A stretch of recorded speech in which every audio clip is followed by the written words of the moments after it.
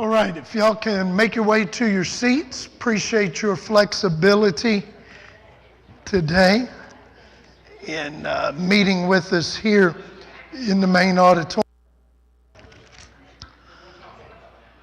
We really had good intentions when we told you we would be down in the fellowship hall. We really meant that, but it's still just not acting right down there. And so best thing to do was to make our move up here so we could live stream and get things out to our folks that are watching that way. Let me ask this first of all. If you did not get one of the handout sheets, if you would slip your hand up, somebody will get you one. Larry needs one there, Tony. Larry Harrison. Everybody else good back there?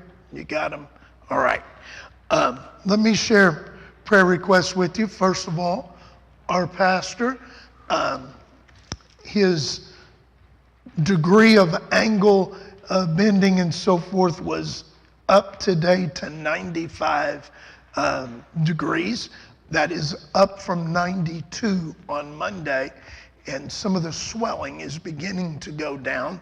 So all of that is positive, and all of that is going in the right direction.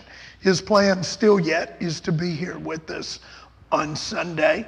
And I'm sure he's watching now. I have tried to talk him out of that and said, just take a little more time. It's okay. But I know his desires to be here, so he's going to have to do what he thinks is best in reference to that. And of course, whenever he's back, we will all be ready and happy and excited to see him whenever that comes. But you continue to pray for him. Continue to pray for Brother Klein. Getting better. He is getting better. I actually went down and spent some time with him yesterday. So he is improving. Got out of the house a little bit today, but he's not ready to sing or anything like that yet, but he is improving, and so that's the good news in relation to that. But continue to pray for him. Pray for Gary Lakeman. I mentioned him to you on Sunday evening. If you were here, told you he was having cancer surgery, and Buddy Pace gave us a little bit more information on that. He did have the surgery on Monday. Spoke with Gary yesterday. The surgery went well. It was successful, but with what he's battling, there just are a lot of complications with it, and so we need to pray for Gary Lakeman. And again, if you were not here Sunday evening, Gary sits kind of back there where Candace Pisani is right now, in that area. He typically wears a cowboy hat when he comes in. He's got a beard. Just a super nice fella. Buddy, they went to church with you at a previous church, if I understand that correctly. But you pray for him, if you would. Thelma Rogers, continue to pray for Thelma. She should have had another procedure today, but I've not heard a report from that yet. I'll find something out before we meet on Sunday. Pray for Mike Ball's father. Mike called me this week, I believe it was Monday of this week. His dad was diagnosed with stage 4 lung cancer, and this kind of caught them off guard. They had no understanding at all that he had that. So pray for Mike Ball's father. Pray for Ann Rhodes. I mentioned to you Sunday evening that she had fell Sunday afternoon. She did fracture her wrist, and she's in a cast with that. But they've also moved some of her oncology appointments and things like that, neurology appointments. They've moved them up closer. They want to check on some of those things a little sooner. She had some May appointments that they have moved closer. So just pray for Ann about all of that. Pray for Judy Ellis. Judy called me today, and she is having an ablation on a nerve in her back tomorrow.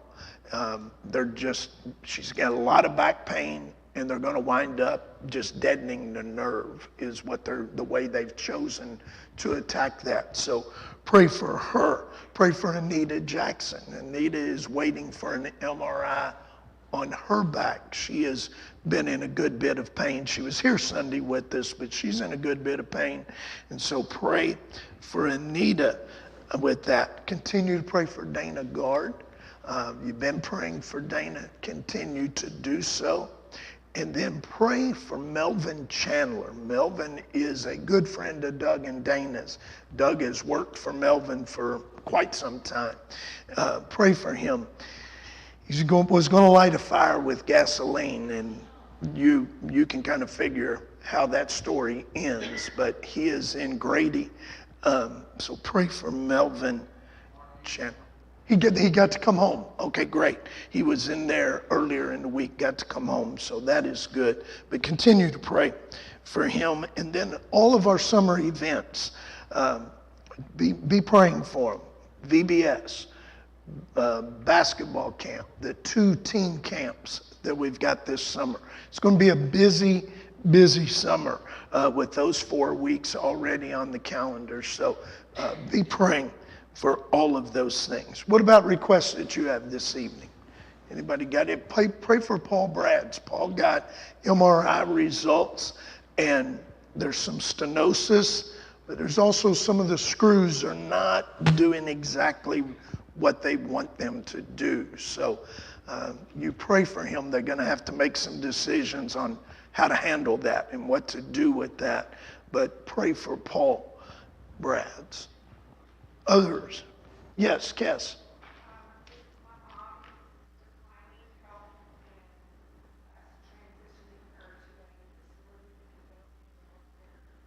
Okay, I'm going to repeat that for our folks on live stream. Kes wants us to pray for her mother and her declining health and decisions they have to make about where her health care will be. I thought I saw another one. Judy. I met a gentleman today in the therapy session, and he's 4 weeks out from the same thing. He was having lots and lots of trouble. He's an older gentleman. And I told him we would pray for him. His name is Mike. Pray for Mike. This is a new acquaintance of Judy's that she has met through physical therapy. You look like you are continuing to do well. You ready to get that second one done? Good. I'm glad you're doing well. Judy's had a great attitude through this whole thing, I tell you.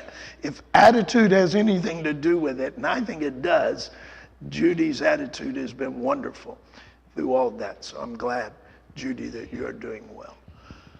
Brother Joe Letzinger, would you stand there and lead us in prayer, sir?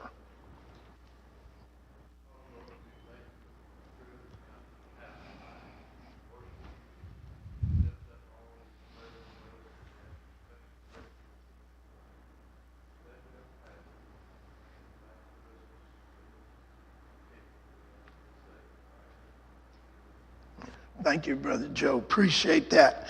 A couple of announcements. We begin March. Today is March the 1st. That is crazy, isn't it? My dad would say we're in for bad weather at the end of the month because it came in like a lamb. It's got to go out like a lion. And I'm sure that's scientific right there, that Dad has got that on. But anyway, March the 1st, which means this Sunday, first Sunday in March, we begin our Sunday school series on the cross. Brother Bill Davis teaching in here, and he will be teaching the man on the cross. I am really looking forward to hearing that lesson Sunday morning. On the 12th, I'll do the people at the cross. And on the 19th, Pastor will do the suffering at the cross. And then Brother Benny will finish it up at the end of the month with "It is finished." We'll do a couple of lessons on the cross in April, leading right to Easter. Easter's actually April the 9th. And then after we do that, going from Easter to Mother's Day, we will do a series of lessons on the family and on the home. Take different areas and aspects of that and looking at how the home is related to the church in the scripture. And so a lot of things that we will be looking at in April, and then the first week of May on that. But that series begins this Sunday. Also, I don't think this has been announced to you yet, so this is going to be a new one for you.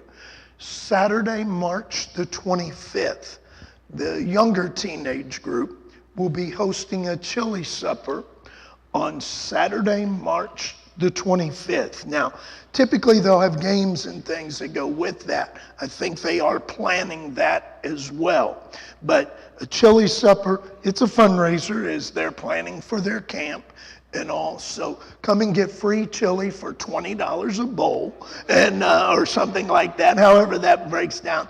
But we want to help them with that, and looking forward to our teenagers going this summer. But it is Saturday, March the 25th. Now, Doris, that's all I've got on that. I don't have an exact time.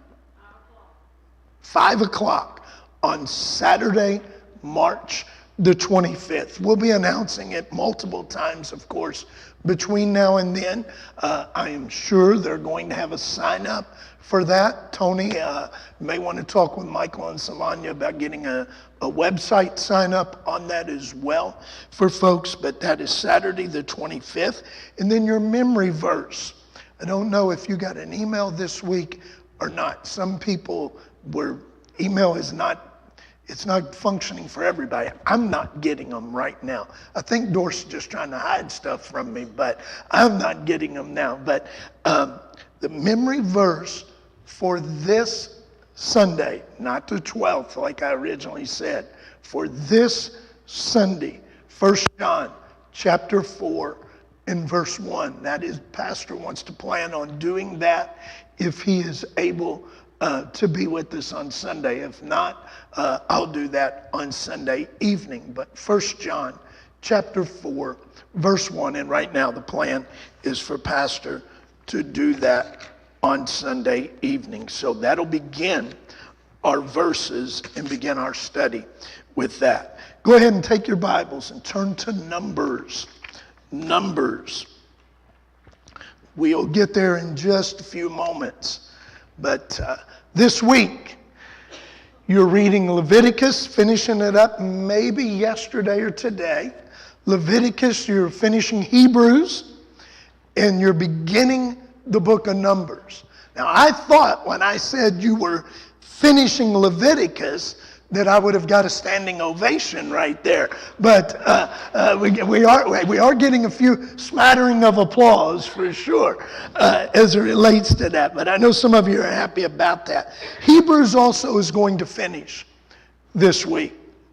And last Wednesday evening, we tied those two books together, if you recall. Leviticus and Hebrews. And the way those two books really mesh, and how that Leviticus shows us the need for the sacrifice of Hebrews. All through Hebrews, you're reading Christ is superior to the Old Testament prophets. He is superior to the angels. And so you're reading about that, and he is superior. We looked at it in great detail last Wednesday evening to the Old Testament sacrifice. So we did Leviticus last week. We talked how it tied to Hebrews. Brother French on Sunday evening, if you were here, he preached from Hebrews as well. So with all of those things being the case, tonight I want to introduce Numbers for you. And hopefully you go into Numbers with a similar understanding that you're reading Leviticus with. So that's my plan in doing that. Because in Numbers, number 2 in your notes, you're going to get a look at, a glimpse, as I put there, into the 40 years that all of us are familiar with. If I was to ask you, how long did Israel wander in the wilderness? You'd immediately say 40 years. We know that. But where those 40 years are kind of laid out to us is in the book of Numbers. So It's going to deal with a lot more than just what you're going to get in those first few chapters where they're numbering the people. They're numbering the men. They're numbering the men that are over the age of 20, that are fit for war, and they're numbered by families. They're numbered by tribes. Get on through that, okay? Read it. There's value to it. All scripture. We've talked about this on multiple occasions. But that's not the entirety of the book, okay? So you get on through that numbering. It deals with a lot more than that, because it's going to bring into focus for you what those 40 years were like. What is happening during that 40 years? Everybody knows those 40 years existed. Wednesday evening crowd, again, if I asked a question, everybody would get it. There was a 40-year wandering. But what happened? Why was it a 40-year wandering? What took place?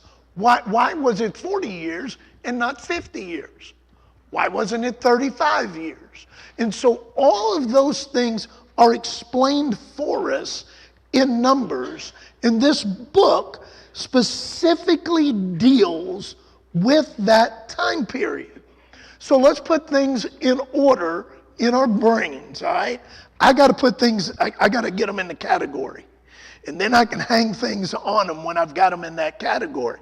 But I got to get them categorized first. My mind thinks like that. So you started out in Genesis. And when you started in Genesis, you get the beginning of the nation. You get the promise. Of course, you have the beginning of mankind, the beginning of the earth, the beginning sin is introduced. But you get the beginning of the nation of Israel that's going to be followed throughout the remainder of the Old Testament. So in Genesis, you get that beginning. In Exodus, you get Israel out of Egypt. Okay? They're going to go into Egypt at the end of Genesis. There's some 70 of them, if you remember that, right? Jacob's family. They go in then. Then in Exodus, we get them out of Egypt. They've been there, they've been enslaved, they get out, the plagues come, so forth, and they get out. Exodus, that's the word right there. They get out of Egypt.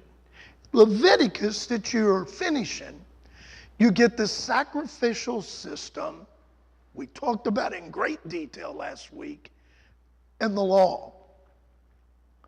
So here they are. They are on the doorstep when Numbers begins for us. They are on the doorstep of going into the promised land. It's time.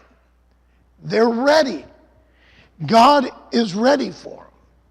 But as they're on the doorstep of going into the promised land, you know what's going to happen. They're going to doubt. They're going to complain. All of those things are going to begin. And up to this point, Numbers chapter 14, up to this point, they have complained, number 6, 10 times. 10 times. They have just, it's one thing after another after another. We don't have meat. We don't have water. Were there not enough graves in Egypt? And you brought us out here to die, and so forth and so on. Okay? Now you've read that. You've been reading that. But Numbers 14, verse 22. Because all those men which have seen my glory and my miracles which I did in Egypt and the wilderness, and have tempted, this is the Lord speaking, tempted in me now these 10 times. lies. Now, if you were to go back, and I'm not suggesting you do that, but if you do and you've got the time and you want to do it, go back and you'll see 10 different times they've complained. 10 different times. Now here they are. They've done that.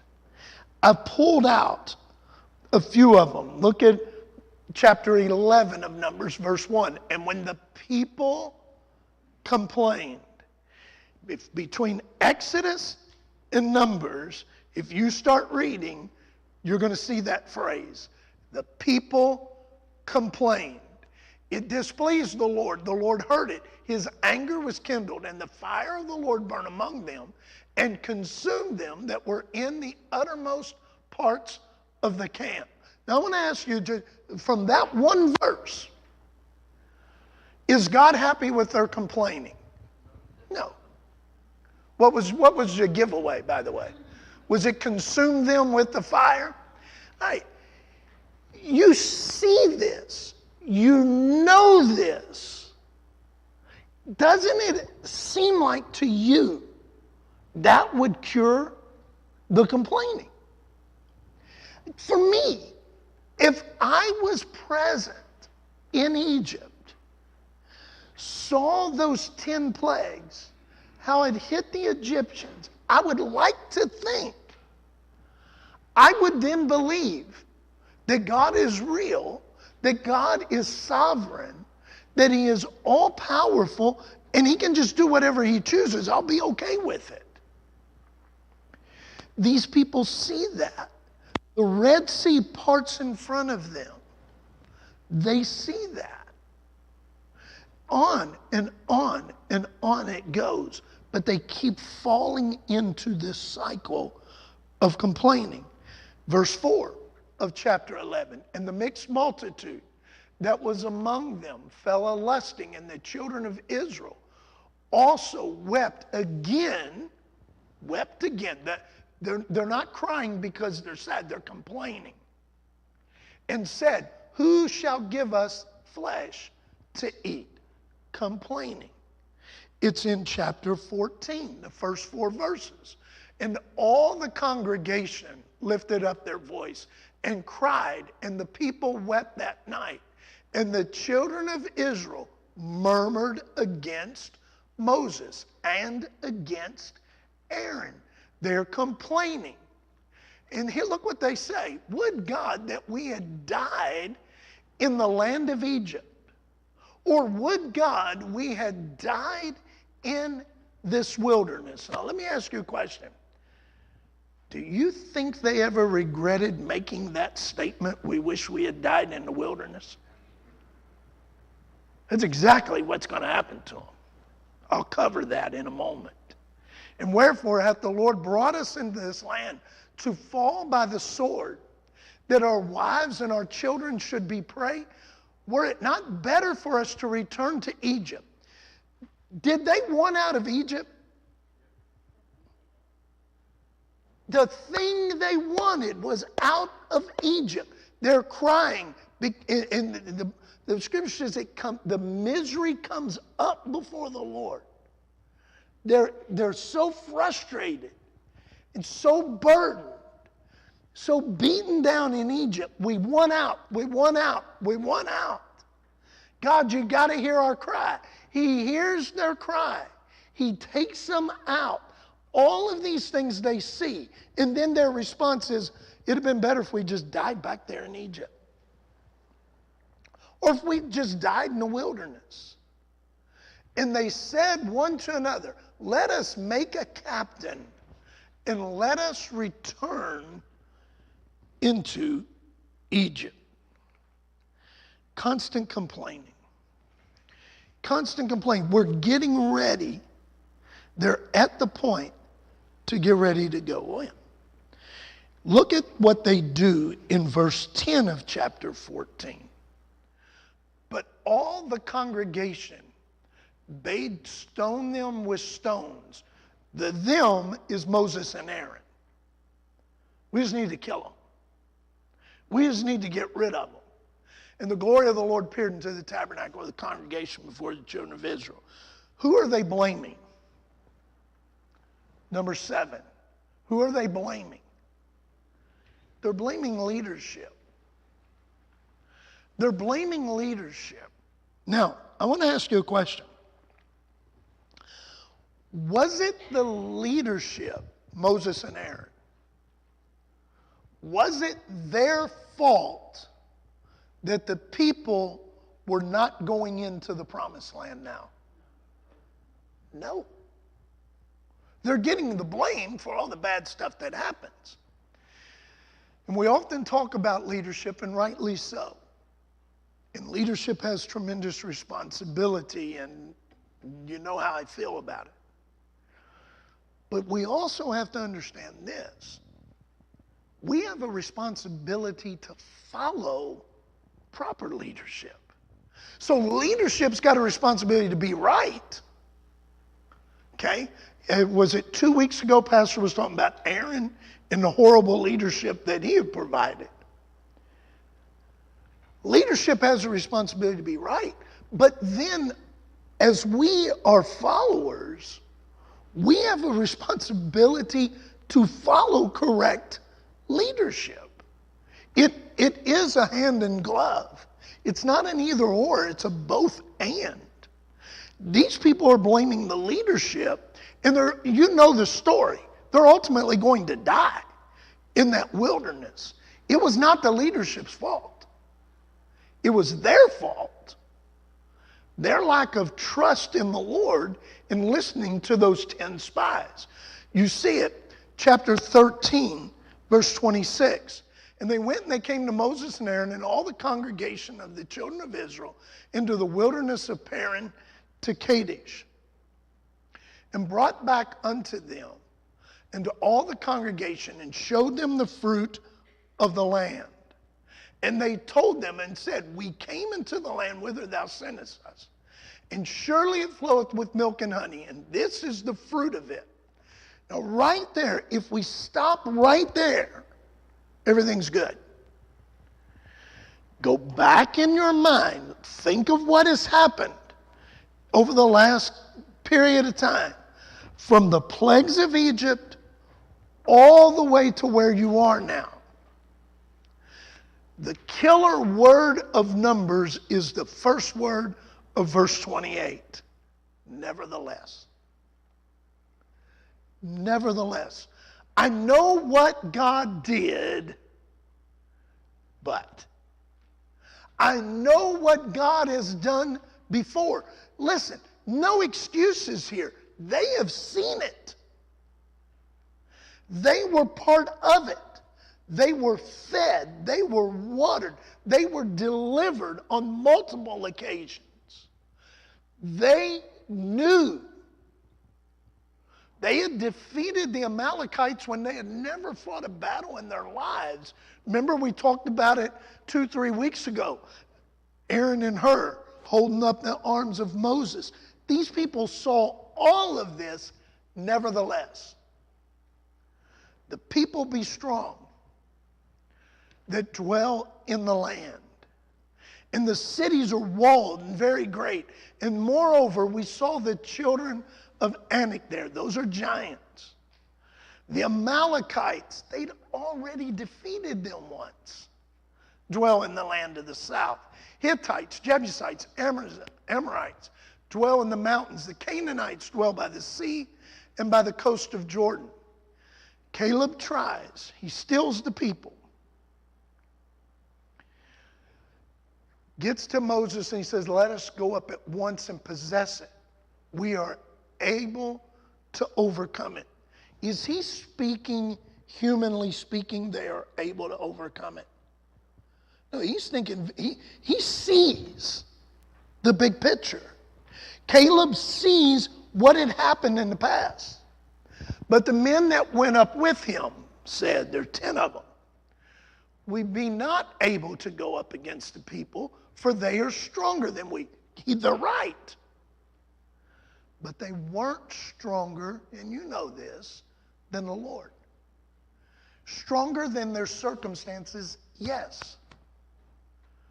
Bigger than their problem, yes. But not bigger than their God. Not stronger than Him. And they brought up an evil report of the land that they had searched to the children of Israel, saying, the land through which we have gone to search it, it's a land that eateth up the inhabitants thereof. They begin to talk negative about it. These are the same guys who just before said, man, it's great. But now their fear begins to creep in. And as their fear begins to creep in, they say, that land, it's tough. It's terrible. And the people that we saw in it are men of great stature.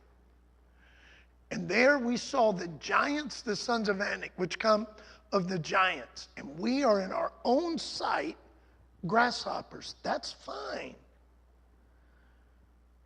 Because it's not the grasshoppers against the giants.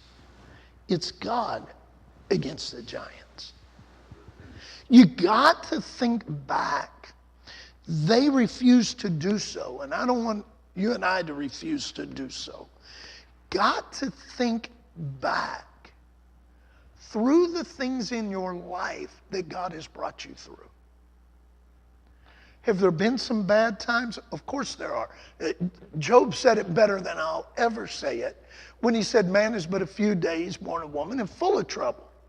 It happens. But God's brought you through. He's been there for you. Kathy and I were driving in tonight, not thinking about this lesson, but talking about something else in our own family, and really able to count the blessings of what God has done in a certain situation. And we can talk about that. We can see that. That's tangible to us. Well, if God did it before, He can do it again. He's told them, this is your land. I've got it for you. But they're going to blame the leadership for them not going up. It was their choice to stay there. And again, we talk about the importance of leadership. I'm 100% for that. But I want you to see also there's a responsibility of, I'll use this phrase, fellowship. It's not just leadership. So I want to walk through a few verses here, beginning in verse 27. I want to kind of walk through what's getting ready to happen. Of chapter 14. How long shall I bear with this evil congregation which murmur against me? I have heard the murmurings of the children of Israel, which they murmur against them. Say unto them, as truly as I live, saith the Lord, as you have spoken in my ears, so will I do to you. Now, what was the thing that they dreaded? What did they say? We don't want this to happen. Die in the wilderness. You said that. That's what he's saying in verse 27. I'll read it again. He says, or verse 28, as you have spoken in my ears, dying in the wilderness, so will I do to you. You're going to do that very thing. Exactly what you said you didn't want to happen. Then, it goes then to a statement that I've made many times. And I'll make it to you again in number 9. We get to make our choices. You don't have to go. You don't have to trust him. You get to make your choices. You just don't get to choose your consequences. You just don't get to choose your consequences. Look at them in verse 29. Your carcasses shall fall in this wilderness, and all that were numbered of you, according to your whole number, from 20 years old and upward, which you have murmured against me. If we were to go back earlier chapters and count those numbers, it's over 600,000. Over 600,000 men that were over the age of 20, fit for battle, and as they were numbered was, I want to say 603, but please don't hold me to that. It's over 600,000. They're going to die. They're going to die in that wilderness. The thing that they wanted the least was going to happen. And then number 10, I want you to see this.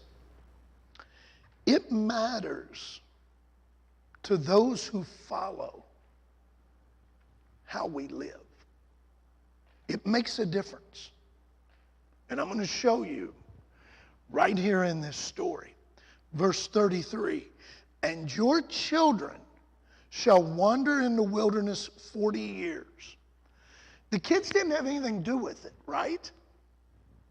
But they're going to suffer the consequence. Remember, we get to make our choices. We just don't get to choose what? Our consequences. Now look at the consequences of this. The parents say no, we're not going in. They follow these 10 guys.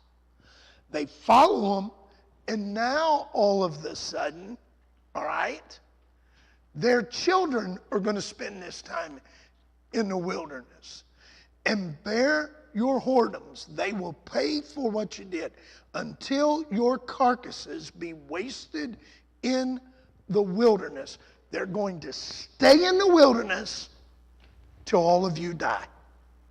That's, you cannot put it any plainer than that. Your children are going to be shepherds. They're going to be nomads.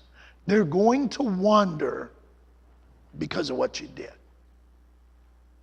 Because of your actions, it matters.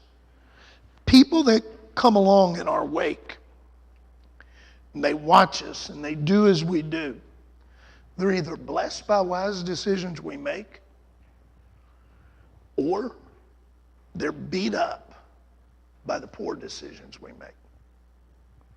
It's Exodus chapter 34 and verse 7 that says that the sins of the fathers, at the end of that verse, they're visited upon the children into the third and fourth generation. I've told you this before, but I'll say it again in case you've forgotten it or if you maybe never heard it from me. I always felt like if I messed up, it affects somebody's grandchildren and great-grandchildren. But I tried to turn that around and say, but if I live right in front of them, I can have a positive impact to their grandchildren and great-grandchildren. And I've told you this before, if you remember it. When I coached basketball players, I never solely thought about that player. I thought the way I treated him, the way I responded to him, I was actually having an impact on this 16, 17-year-old guy, on his grandchildren and great-grandchildren, because of how he would then live and how he would then respond, and to his third and fourth generation. Now, if you take that serious, that's an awesome responsibility you have in people's lives. And all of us have that in some way, some shape or form. In verse 34, you get the answer to why they spent 40 years in the wilderness. Verse 34, after the number of the days in which you search the land, even 40 days, each day for a year shall you bear your iniquities, even 40 years, and you shall know my breach of promise. For 40 years, they're going to be in the wilderness because those spies were in the land 40 days. Now, what information that's giving you is you read these next couple of weeks. This book's going to cover a 40-year period of time. It's covering a 40-year period of time. It's covering it because of their disobedience. The reason it's 40 years is because they went in and spied out or scouted the land for 40 days. And the people over the age of 20, those men over the age of 20, none of them lived to be beyond 60, except Joshua and Caleb. Now you think about that. You've got a death sentence and you know it's going to be carried out within this time frame. It's going to happen. Those 10 men in verses 36 and 37, those 10 men wind up, it seems to me, die immediately. I don't think they lived the 40 years. Let me look at it. And the men which Moses sent to search the land, who returned and made all the congregation to murmur against him by bringing up a slander upon the land, even those men that did bring up the evil report upon the land, died by the plague before the Lord. I believe they died then. Okay? Because the nation then is going to want to change their mind. Something had to happen to draw them to want to change their mind. Death begins. Other people know we're not going to live past 40 years. I don't think those guys live 40 minutes. I think they are done and off the scene. But look at verse 38. Joshua, the son of Nun, and Caleb, those guys are going to get to go. And Moses tells the people these sayings. And the people mourned greatly. This is important. Verse 40. And they rose up early in the morning and got them up unto the top of the mountain, saying, Lo, we be here, and we'll go up into the place which the Lord hath promised, for we have sinned. Now, they did wrong. You know they did wrong. You also know, because you know the story, they're not going to get to go in, are they? They seem to be sorry for their actions right there. Particularly, I believe they saw those other 10 men die. And don't you think that since they're sorry, they should get to go on in? I know you know how it ends, but don't you think they should have? It seems like the nice thing to do. You got to listen to what I'm saying.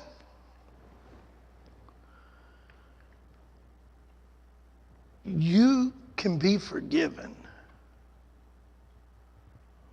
and still have to suffer consequences. We talked about this extensively back a few months ago on Sunday nights when I was doing a series on David, if you recall. Was David forgiven for his sin? Yes, I know he was forgiven because Nathan looked at him and he said, you will not die. Remember that? He was forgiven. But did he suffer consequences? Absolutely. And then we went through and I picked out 4 things, if you remember. He said, the man should pay fourfold. Remember all of that? It's good to hear. And yes, God does forgive. But we still got to suffer for those poor decisions. It still happens. Unfortunately, I think the second part of what I just said does not get taught to our young people today. What I mean by that is we teach them you can confess things and God will forgive you, and all of that is true. But we leave out the part about there may be scars in your life that you wind up paying for a long time. A long time. I could give you examples. I could give you personal examples on down the line. Time's not going to do it, and probably wisdom doesn't play into that. But it is real. So, why, and I got to jump ahead, my time's away from me. Why do they not go in? Why did Numbers have to be written? Why didn't they we go from Leviticus to Deuteronomy to Joshua, and there just be no Numbers? Honestly, there didn't have to be a Numbers if they'd have just done what they were supposed to do. We could have got the first couple of chapters, maybe. But you'd have got done reading. You'd have been done on the 20th of December. You would have got done a lot sooner if they'd have just done what they were supposed to do. Why? Well, let's go backwards in the story. Go to verse 1 of chapter 14. And all the congregation lifted up their voice and cried, and the people wept that night. Why? Because they began to look at the circumstances of that report of chapter 13. And when they listened to the circumstances, please get this, they lost perspective of how big God is. He wasn't bigger in their minds than the circumstances. Noah's 3 years old, and somewhere he's learned this song. I don't know if it was at school. I don't know if Kathy taught it to him in Sunday school. But Noah has learned this song. Bigger than all my problems, bigger than all my fears. And he will sing that. I just hope he will remember that. And that you and I will remember that as we go through life. God really is bigger than all of our problems, bigger than all of our fears. They got focused on the giants because these 10 guys led them that way. They got focused on the giants, and now all of a sudden, God's not big enough to do this. He's not big enough to take them in. That's why Numbers gets written, the second half. That's why it happens. So I'm going to ask you this question. And then I'm just going to stop. I'm not going to finish. I'm just going to stop. How big is your God? How big is your God? Because theirs was not as big as the giants in their mind. How big is your God? I got to stop right there. I'm out of time. I know you didn't get all your blanks, but if I gave them all to you, you wouldn't come back next week. So you're not going to get them all tonight. All right. Y'all take care. We'll see you Sunday. Pray for your pastor.